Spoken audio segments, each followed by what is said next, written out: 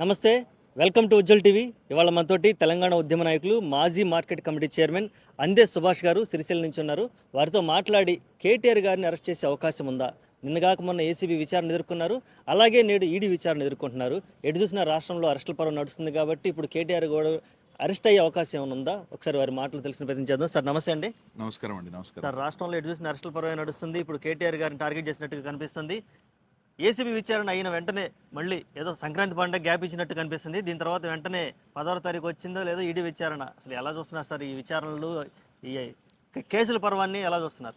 ఏం లేదండి, కేసులు అనేది వాస్తవానికి కేటీఆర్ గారు చేసినటువంటి గొప్ప అభివృద్ధిని చూసి ఓర్వలేక గతంలో 10 సంవత్సరాలు ఐటీ రంగాన్ని ఇలా హైదరాబాదును భారతదేశ చిత్రపటంలో ఈ యొక్క తెలంగాణను హైదరాబాదును గొప్పగా చూంచాలనేటువంటి ఒక మంచి ఉద్దేశంతో ఆనాడు ఎలక్ట్రికల్ ఈ రేసును, ఫార్ములా ఈ రేసును ఇలా భారతదేశంలోనే అనేక దేశాలు ప్రపంచ స్థాయిలో పోటీపడేటువంటి ఈ రేసును ఇలా హైదరాబాదుకు తీసుకొచ్చి హైదరాబాదు బ్రాండ్ ఇమేజ్ని పెంచి ఇలా భారతదేశ చిత్రపటంలో, ప్రపంచ చిత్రపటంలో హైదరాబాదును, తెలంగాణను సూంచేటువంటి గొప్ప కార్యక్రమం చేసినటువంటి సందర్భము. ఇలా రేవంత్ రెడ్డి సర్కారు గత సంవత్సరం నుంచి అనేకమైనటువంటి కుట్రలు, ఇబ్బందులకు గురి చేసుకుంటూ ఇలా ప్రజాపాలన అని చెప్పి ఇలా ప్రతీకార పాలన చేస్తున్నటువంటి రేవంత్ రెడ్డి సర్కారుకు ప్రజలు అన్ని గమనిస్తూ ఉన్నారు. నిజంగా చెప్పాలంటే ఏంటంటే ఇలా పరిపాలన చేతగాక ఇచ్చిన హామీలను నెరవేర్చేటువంటి చిత్తశుద్ధి లేక ఇలా డైవర్షన్ పాలిటిక్స్ చేస్తున్నటువంటి రేవంత్ రెడ్డికి ఇలా ప్రజలు అన్ని రకాల బుద్ధి చెప్పేటువంటి పరిస్థితి ఆసన్నమైంది. రాబోయే స్థానిక సంస్థలలో ప్రజలు కాంగ్రెస్ పార్టీకి కర్రుగాల్చి వాత పెట్టేటువంటి సందర్భం ఆసన్నమైంది. ఇలా ఇప్పటికైనా బుద్ధి తెచ్చుకొని ప్రజలకు ఇచ్చిన 6 గ్యారంటీలు 420 హామీలను అమలు పరిచేదాకా ఇలా కేటీఆర్ గారు కానీ ఇలా వారి సైనికులుగా మేమందరం కూడా ప్రజాక్షేత్రంలో ఈ ప్రభుత్వాన్ని ఎండగడతాం. ఇచ్చినటువంటి హామీలు నెరవేర్చేదాకా ఈ ప్రభుత్వానికి చిత్తశుద్ధి లేకుండా ఇలా ప్రజల ముందు వీరి యొక్క తప్పులను ఎండగడతామని సందర్భంగా మీకు తెలియజేస్తా ఉన్నాను. ఓకే, ఈ సంవత్సర పరిపాలనలో మీకు అసలు ఏమైనా నచ్చింది? రేవంత్ రెడ్డి గారి పరిపాలన ఏమైనా నచ్చిందంటారా? ఏమన్నా పనులు జరిగాయంటారా? అసలుకి ఈ సంవత్సరంలో వారు చేసింది ఏంటంటే బీఆర్ఎస్ పార్టీని టార్గెట్ చేసుకొని రివెంజ్ పాలిటిక్స్ చేస్తూ ఇలా కార్యకర్తలను, గ్రామస్థాయి కార్యకర్తలను, ఇలా జిల్లా స్థాయి కార్యకర్తలను, రాష్ట్ర స్థాయి నాయకులను ఇలా ఏదో ఒక కేసులలో ఇరికించుకుంటూ బదనాం చేస్తూ నిరాధారమైనటువంటి కేసులు పెట్టుకుంటూ వారిని ఇబ్బందులకు గురి చేసేటువంటి ప్రయత్నమే తప్ప ఈ సంవత్సరం కాలం పరిపాలన వేరే ఏం పని లేదు. ప్రజలకు ఇచ్చిన హామీలు తుంగలో దొక్కినటువంటి సందర్భం. ఇలా తులం బంగారం అయితే ఏంది, కళ్యాణ లక్ష్మి అయితే ఏంది, ఇలా మహాలక్ష్మి 2500 అయితే ఏంది, రైతు బంధు, రైతు భరోసా, 2 పంటలు ఎగ్గొట్టినటువంటి 2 పంటలు ఎగ్గొట్టినటువంటి ఇవాళ కాంగ్రెస్ పార్టీ ఇలా ప్రజలందరూ, రైతంతా కూడా ఇలా గమనిస్తూ ఉన్నారు. 2 పంటలకు ఎగ్గొట్టినటువంటి చరిత్ర ఇలా కాంగ్రెస్ పార్టీది.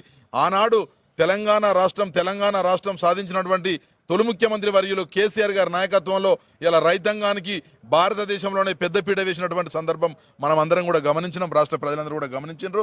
రైతులకు పెద్దపీట వేసి సకాలంలో రైతు బంధు వేసి సకాలంలో కరెంట్ ఇచ్చి 24 గంటల కరెంట్ ఇచ్చి సకాలంలో రైతు పండించినటువంటి ధాన్యాన్ని కొనుగోలు చేసి ఇలా భారతదేశంలోనే ఇలా ఒక ధాన్య భాండారంగా ఇలా రాష్ట్రాన్ని ఇలా పెద్ద ఎత్తున చేసినటువంటి సందర్భం ఇలా మనం అందరం కూడా రాష్ట్ర ప్రజలందరూ కూడా గమనించారు.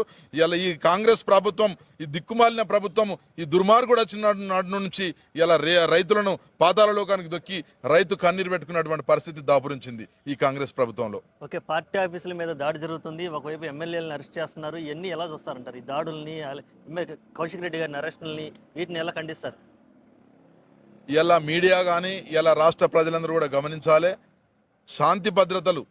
శాంతి భద్రతలు గాలికి వదిలేసి ఇలా మొత్తం రాష్ట్రం అస్తవ్యస్తంగా ఉంది. ఇలా హైదరాబాద్ వ్యవస్థ కూడా అస్తవ్యస్తంగా ఉంది. ఇలా శాంతి భద్రతలు గాలికోసి మొన్న మా బీఆర్ఎస్ పార్టీ యాదాద్రి భువనగిరి జిల్లాలో పార్టీ కార్యాలయం మీద దుర్మార్గంగా ఇలా కండ కాగరంతో ఇలా బీఆర్ఎస్ కాంగ్రెస్ నాయకులు ఇలా పార్టీ ఆఫీస్ మీద దాడి చేసినటువంటి సందర్భం తెలంగాణ రాష్ట్ర చరిత్రలో ఎప్పుడైనా పార్టీ ఆఫీసుల మీద దాడి చూసారంటారా? మేము 10 సంవత్సరాలు అధికారంలో ఉన్ననాడు ప్రతిపక్ష పార్టీలకు గొప్పగా విలువనిచ్చి వారి యొక్క ఆఫీసుల పైన కానీ ఏనాడు కూడా ముట్టుకున్నటువంటి చరిత్ర లేదు.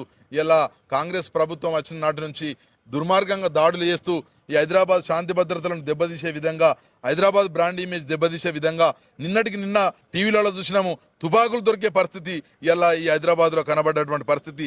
అంటే రాష్ట్రం ఎటువైపు పోతుంది, రాష్ట్రం రాక్షస పాలన వైపు పోతుంది. ఇలా రాక్షస ఆనందం పొందడం కోసమే కేటీఆర్ గారిని ఇలా ఈడీ ముందు తీసుకొచ్చినటువంటి రేవంత్ రెడ్డి గారు ఇలా ప్రభుత్వ రంగ సంస్థలు ఏవైతున్నాయో ఏసీబీ కానీ ఈడీ వ్యవస్థ కానీ అనేకమైనటువంటి ప్రభుత్వ రంగ సంస్థలను గుప్పిట్లో పెట్టుకొని దొంగ కేసులు పెట్టుకుంటూ ఇలా పైశాచిక రాక్షస ఆనందం పొందడం కోసమే ఇలా మా కేటీఆర్ గారిని ఈ కేసులో ఇరికించినటువంటి సంగతి ప్రజలందరూ కూడా గమనిస్తూ ఉన్నారు. ఈ మీడియా ద్వారా రాష్ట్ర ప్రజలందరికీ కూడా విజ్ఞప్తి చేస్తూ ఉన్నాము. ఈ రాక్షస పాలనను అంతమొందించి ఇలా మళ్ళీ ఏదైతే ప్రజలందరికీ కూడా ఒక దేవుడిలాగా కనిపించినటువంటి కేసీఆర్ గారిని మళ్ళీ ఒకసారి మనం ఈ యొక్క ప్రజల కోసం, ప్రజల రక్షణ కోసము ఈ రాష్ట్ర రక్షణ కవచంగా ఉండేటువంటి కేసీఆర్ గారి నాయకత్వాన్ని కోరుకోవాలని సందర్భంగా ప్రజలందరికీ కూడా విజ్ఞప్తి చేస్తా ఉన్నాను.